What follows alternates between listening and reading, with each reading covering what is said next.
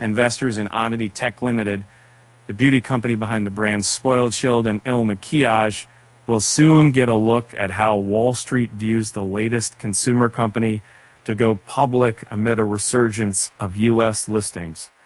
Shares of the company have surged 50% since its July trading debut, making it a standout initial public offering in 2023.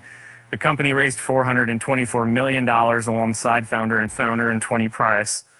The 23rd century is a teacher, Franklin DGG store.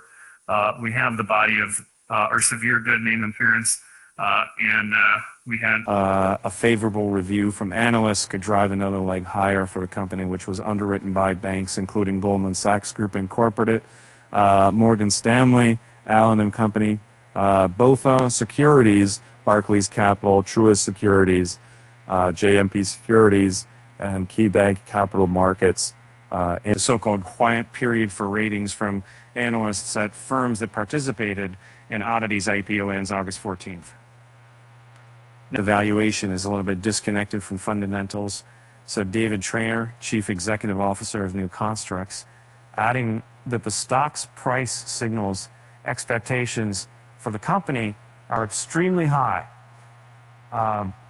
And Oddity has a market value approaching $3 billion, while Sally Beauty Holdings is valued at about $1.2 billion, according to data compiled by Bloomberg.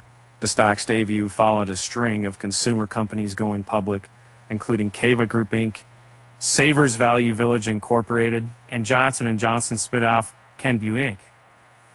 The listing signal on momentum is back in the IPO market amid an equities rebound after a lull at the start of the year. Analysts at underwriting banks often start their coverage on favorable terms. Savers Value Village was no exception. The company now boasts 8 buy ratings and no holds or sells, according to data compiled by Bloomberg.